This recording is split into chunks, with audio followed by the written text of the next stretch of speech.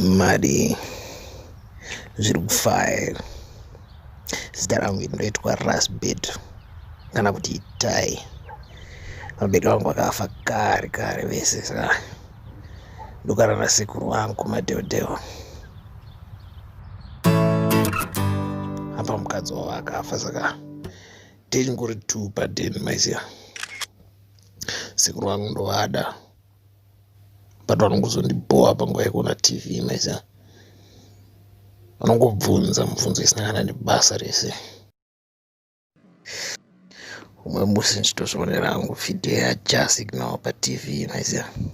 Vapfuma ukanga unge onyeni rekandi nake unge sonyeni iwa kaima ba mubvunzo nai Itai cool chitambonzi stonyedi chi ndakapererwa ndashaya ndowati nokuti kwaudza munhu mukuru zvinosina nebasa rese zvinzwisisi maisiya.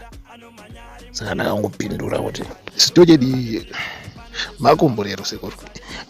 Yo nai yeah cool makomborero ameno vakafara ndakavapa pandaingopindura kuti zvipere maise musikazivi kuti vachazonozvirangarira panguva isiriyo.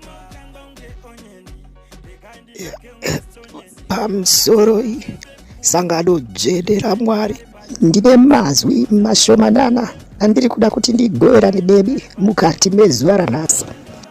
Musoro wenyaya ndeunoti iwo vana vechidiki vanotivya Stonyedi. Tinofanira kuramba tichinamatira Stonyedi mudzimba umo. Hama dzangu vakawanda zvamunoona izvizvi vari munzara mudzimba umo nekuda kwekushaya Stonyedi.